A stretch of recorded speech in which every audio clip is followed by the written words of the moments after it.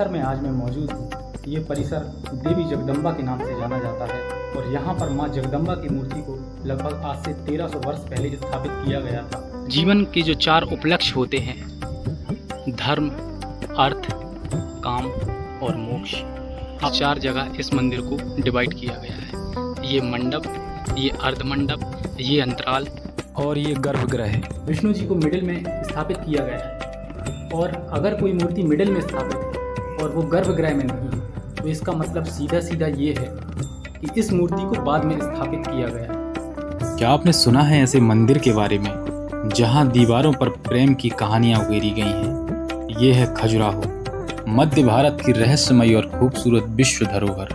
खजुराहो का निर्माण 950 से 1050 ईस्वी के बीच चंदेल वंश के राजाओं द्वारा किया गया था। यहाँ कुल 85 मंदिर थे, जिनमें अब केवल 25 बचे हैं। इन मंदिरों की दीवारों पर उकेरी गई मूर्तियां प्रेम, जीवन और आध्यात्म का प्रतीक हैं। चंद्रदेव और हेमावती के मिलन से जो संतान उत्पन्न हुई उसे चंदेल कहा गया और चंदेलों ने निर्माण कराया दुनिया के सबसे अनोखे और आध्यात्मिक मंदिरों का। देश की राजधानी दिल्ली से महज 600 किलोमीटर की दूरी पर स्थित है विश्व विरासत खजुराहो, जहां पूरे साल भर अंतर्राष्ट्रीय पर्यटकों का जमावड़ा लगा रहता है। यह है कंदरिया महादेव का मंदिर, जिसका निर्माण 1025 से लेकर 1050 ईस्वी के मध्य चंदेल राजा विद्याधर के शासनकाल में हुआ था। यह मंदिर खजुराहो का सबसे बड़ा मंदिर है, जो अपनी नागर शैली की वास्तुकला और जटिल नक्काशी के लिए जाना जाता है। इस मंदिर की ऊंचाई लगभग 101 फीट है। इस मंदिर की बाहरी दीवारों पर देवी देवताओं, अप्सराओं और अन्य कामुक मूर्तियों की नक्काशी को किया गया है। बलुआ पत्थरों से निर्मित ये मंदिर, जो मुख्यतः बुंदेलखंड क्षेत्र में पाया जाता है, इन मंदिरों की नींव ग्रेनाइट पत्थरों की है, लेकिन यह पत्थर स्पष्ट रूप से मंदिरों में दिखता नहीं है, क्योंकि मंदिरों का निर्माण कीलम पद्धति से हुआ है। वो पद्धति जिनमें 2 पत्थरों को जोड़ने पर उस जोड़ का निशान नहीं दिखाई देता। तरफ इस मंदिर की एरोटिक मूर्तियां हैं या कामासूत्र से संबंधित मूर्तियां हैं। जीवन की भोगों को भोगने के बाद जब इंसान अपने जीवन के अंतिम चरण में पहुंचता है, तब उसे भगवान की शरण में जाना पड़ता है। तो इसीलिए भगवान शिव को अंदर स्थापित किया गया है और जब हम मंदिर को सामने से देखेंगे तो हमें ऐसा लगेगा कि जैसे ये गुफा हो। और इस मंदिर का नाम कंदरिया इसलिए है क्योंकि संस्कृत का एक शब्द है कंदरा, जहाँ पे भगवान शिव निवास करते थे और तपस्या करते थे। तो इसकी वजह से इस मंदिर का नाम कंदरिया महादेव मंदिर पड़ा। ये है कंदरिया महादेव मंदिर के अंदर का दृश्य, जहाँ 3 मंडप बने हैं, अर्धमंडप, मंडप और महामंडप।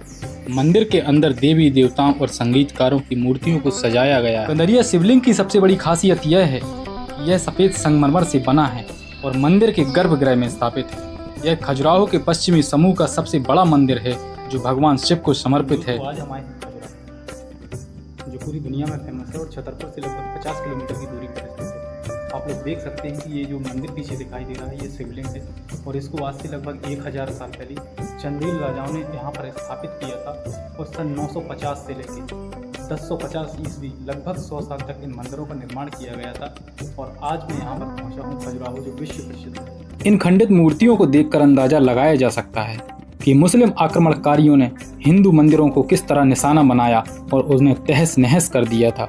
इसके बावजूद भी आज ये मंदिर जीवन और धर्म की पताका लहरा रहे हैं और पूरे विश्व या पूरे संसार को अपनी तरफ आकर्षित कर रहे हैं। इसी कारण यहाँ प्रत्येक वर्ष लाखों की संख्या में विदेशी पर्यटक इन मूर्तियों को देखने के लिए खजुराहो पहुँचते हैं। कंदरिया महादेव मंदिर के बाद जो सबसे बड़ा मंदिर है वो है जगदम्बा देवी मंदिर का। आइए जानते हैं इसके बारे में। दोस्तों, तो आज हमारे हैं पूरे विश्व में विख्यात खजुराहो मंदिर, जिनका निर्माण चंदेल शासकों ने 950 से लेकर 1050 ईस्वी तक करवाया था। और जिस परिसर में आज मैं मौजूद हूँ, ये परिसर देवी जगदम्बा के नाम से जाना जाता है और यहाँ पर माँ जगदम्बा की मूर्ति को लगभग आज से 1300 वर्ष पहले स्थापित किया गया था। आप लोग देख सकते हैं कि मेरे पीछे कितनी विशाल और कितनी अद्वितीय मूर्तियों का संग्रह है, जिनको विध्वंस किया गया था औरंगजेब के शासनकाल पे। जब हम सामने से आए तो माँ जगदम्बा की हमें प्रतिमा नहीं दिखाई दे रही। हमें लग रहा था कि हमें शायद टॉर्च का उपयोग करना पड़ेगा, लेकिन जैसे जैसे माँ जगदम्बा के पास हम आते चले गए, यहाँ का आर्किटेक्ट उस हिसाब का है कि सामने से जो रोशनी आती है वो माँ जगदम्बा के सीधे चेहरे पर पड़ती है। और मैं आप लोगों को दिखाने की कोशिश करूँगा कि देखिए किस तरह से माँ जगदम्बा बिल्कुल स्पष्ट रूप से दिखाई दे रही है। और ये मूर्ति आज से 1300 वर्ष पहले स्थापित की गई थी खजुराहो में।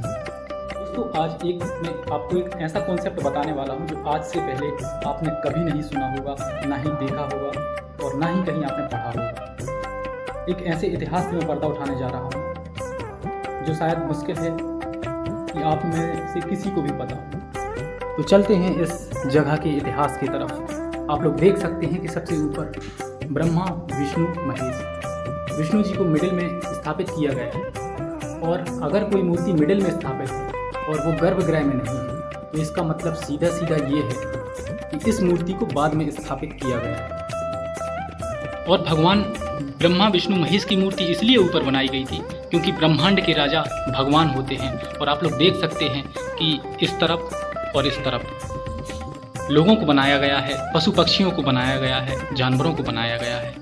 और इंसान से नीचे जब अपन आते हैं तो ये मूर्ति है देवी गंगा की, क्योंकि उनकी सवारी थी वो मगरमच्छ थी। आप देख सकते हैं कि ये मगरमच्छ बना हुआ है। और इसके बाद जो अपन राइट साइड में आएंगे तो ये यमुना नदी है। और यमुना माता की जो सवारी थी वो कछुआ है। आप लोग देख सकते हैं कि कछुआ को उकेरा गया है इस जगह पर। और माँ गंगा के बाजू में ही स्थित है शेषनाग। आप देख सकते हैं कि इन मूर्तियों को खंडित किया गया है, लेकिन ये शेषनाग की मूर्ति है। और ऊपर जो उनके फन बने थे उनको तोड़ा गया है मुगल आतताई आक्रमणकारियों द्वारा। और सबसे नीचे जब अपन आते हैं पाताल लोक, जहाँ पर 3 देवियों को स्थापित किया गया है और बीच में माँ लक्ष्मी को विराजमान किया गया है। आप लोग देख सकते हैं यहाँ की चित्रकारी देखकर रोंगटे खड़े हो जाएंगे। ये अद्भुत जगह है और हमारे वीडियो में आपको ऐसे ही रोचक जानकारी मिलेगी, तो वीडियो के अंत तक बने रहें। मैं और भी खजुराहो की गुत्थियों को आज सुलझाने की कोशिश करूँगा और आपके सामने वो साक्ष्य रखूँगा कि आप खुद सोचने पर मजबूर हो जाएंगे। और जब हम इस गर्भगृह के पीछे जाते हैं तो आप लोग देख सकते हैं कि जो पाताल लोक के विजेता थे ये जय और दूसरी तरफ विजय, तो इन मूर्तियों को यहाँ स्थापित किया गया है। दोस्तों जैसे अभी हम माँ जगदम्बा के मंदिर से होके आए हैं, उसी तरह इस मंदिर को भी स्थापित किया गया है जिसका नाम है चित्रगुप्त मंदिर। ऊपर ब्रह्मा विष्णु महेश की मूर्तियों को स्थापित किया गया है।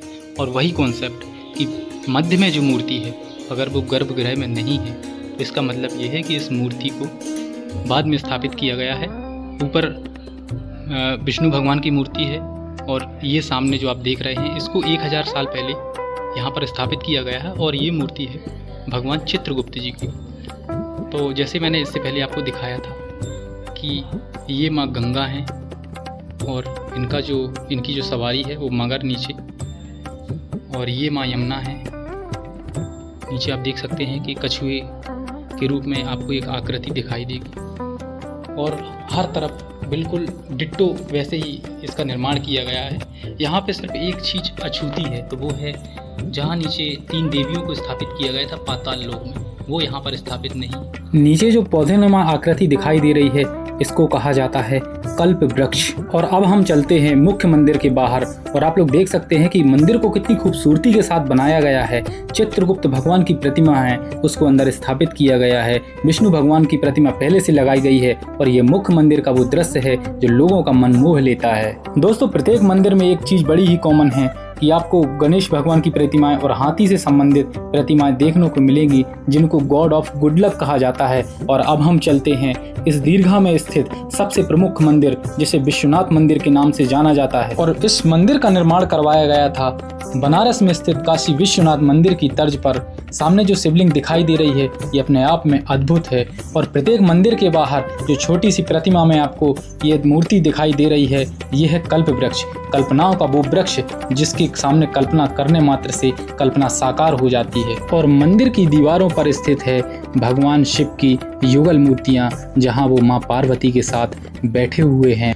दोस्तों ये है वो मुख्य शिवलिंग जो स्थापित है खजुराहो की दीर्घा में और इसका नाम है विश्वनाथ शिव मंदिर। आप लोग देख सकते हैं कि कैसे चारों तरफ अप्सराओं देवी देवताओं की मूर्तियां बनी हुई हैं और मंदिर के सामने स्थित है एक विशाल नंदी जो पूरे विश्व में कहीं भी किसी शिव मंदिर के सामने इतने बड़े नंदी को विराजमान नहीं किया गया है। ये बात इस मंदिर को और इस दीर्घा को सबसे अलग बनाती है। खजुराहो के विश्वनाथ मंदिर की शिवलिंग की एक सबसे बड़ी खासियत ये है कि जहाँ पूरी दुनिया में शिवलिंगों के पूरे परिक्रमा लगाए जाते हैं, ये एक लौती शिवलिंग है जिसका आधा परिक्रमा लगाया जाता है। इसके बाद हम मंदिर के बाहर आ जाते हैं। लेकिन ये मंदिर मुझे सबसे अद्भुत लगा, जहाँ गुंबद में सबसे पहले मस्जिद, उसके बाद बौद्ध मठ और सबसे पहले हिंदू मंदिर की आकृति दिखाई देती है और अंदर भगवान शिव को विराजमान किया गया है। इसका मतलब ये है कि शाखाएं कोई भी हों, लेकिन सनातन से बड़ा कुछ भी नहीं, क्योंकि इस सृष्टि की संरचना सनातन से हुई है और भगवान शिव देवादिदेव महादेव इस दुनिया के पालनहार हैं, जिसका सबसे बड़ा स्वरूप खजुराहो के मंदिरों में स्पष्ट तौर पर दिखाई देता है। ये है भगवान विष्णु का बराह अवतार जो उन्होंने संसार को बचाने के लिए धारण किया था। खजुराहो मंदिरों में आज भी वो साक्ष्य मौजूद हैं जिन्होंने हिंदू धर्म का प्रतिनिधित्व करने वाली शक्तियों का निर्वहन किया। और आप लोग देख सकते हैं कि ये लक्ष्मण भगवान की मूर्ति है। चारों तरफ मंदिरों के अद्वितीय स्वरूप और दीवारों पर अंकित ये मूर्तियां बताती हैं हमें कि गुजरा हुआ जमाना कितना आधुनिक था और हमारे पूर्वज कितने ओपन माइंडेड थे।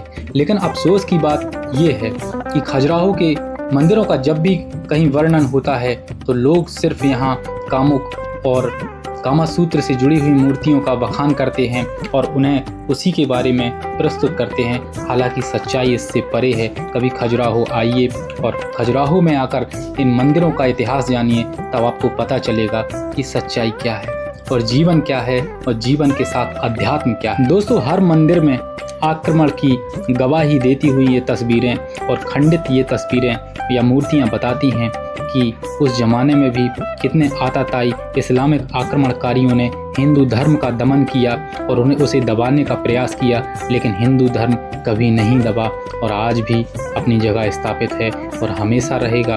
खजुराहो की मूर्तियां हमें जीवन जीने की कला सिखाती हैं, हमें आध्यात्म से जुड़ने की कला सिखाती हैं और कला सिखाती हैं इस दौर में अपने मन को शांत रखने की। और ये वो शहर है जो खजुराहो के पास ही स्थित एक गांव में खुदाई के दौरान आर्कियोलॉजिकल सर्वे ऑफ इंडिया की टीम को मिला था।